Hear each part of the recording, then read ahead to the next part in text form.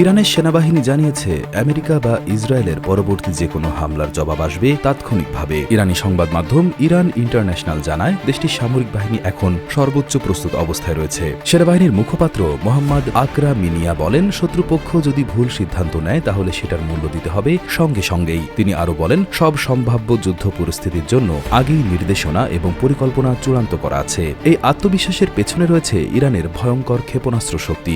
বিশেষজ্ঞদের মতে গত কয়েক বছরে ইরান এমন প্রযুক্তি তৈরি করেছে যা মধ্যপ্রাচ্যের যুদ্ধের নিয়মই বদলে দিয়েছে। এর মধ্যে সবচেয়ে আলোচিত অস্ত্র হাইপারসনিক ক্ষেপণাস্ত্র ফাত্তাহ। এই ক্ষেপণাস্ত্র শব্দের গতির চেয়েও অনেক দ্রুত ছুটতে পারে। সবচেয়ে ভয়ঙ্কর বিষয় হল এটি মাঝ আকাশেই দিক পরিবর্তন করতে সক্ষম, ফলে আধুনিক আকাশ প্রতিরক্ষা ব্যবস্থাও একে সহজে থামাতে পারে না। ইরানের দাবি, এই ক্ষেপণাস্ত্র সমুদ্রের ওপরে থাকা লক্ষ্যবস্তুকেও নির্ভুলভাবে আঘাত করতে পারে, অর্থাৎ মার্কিন যুদ্ধবাহী রণতরীগুলো এখন আর পুরোপুরি নিরাপদ নয়। ফাত্তাহ ছাড়াও ইরানের কাছে রয়েছে হাজারো স্বল্প এবং মাঝারি পাল্লার ব্যালিস্টিক ক্ষেপণাস্ত্র। এগুলো দিয়ে উপসাগরীয় অঞ্চলের মার্কিন ঘাঁটি এবং নৌবহর সহজেই লক্ষ্য করা সম্ভব। অনেক বিশ্লেষকদের ধারণা, রাশিয়ার ইস্কান্দার ক্ষেপণাস্ত্র প্রযুক্তি ইরানের হাতে পৌঁছেছে, যা তাদের আঘাতের সক্ষমতা আরও বাড়িয়ে দিয়েছে। এই অবস্থায় সামরিক বিশেষজ্ঞদের সতর্ক বার্তা হল, যদি একসাথে হাইপারসনিক ও ব্যালিস্টিক ক্ষেপণাস্ত্র ব্যবহার করা হয় তাহলে যুদ্ধ জাহাজের প্রতিরক্ষা ব্যবস্থা কার্যত অচল হয়ে যেতে পারে। একটি ভুল সিদ্ধান্তই মধ্যপ্রাচ্যকে ঠেলে দিতে পারে ভয়াবহ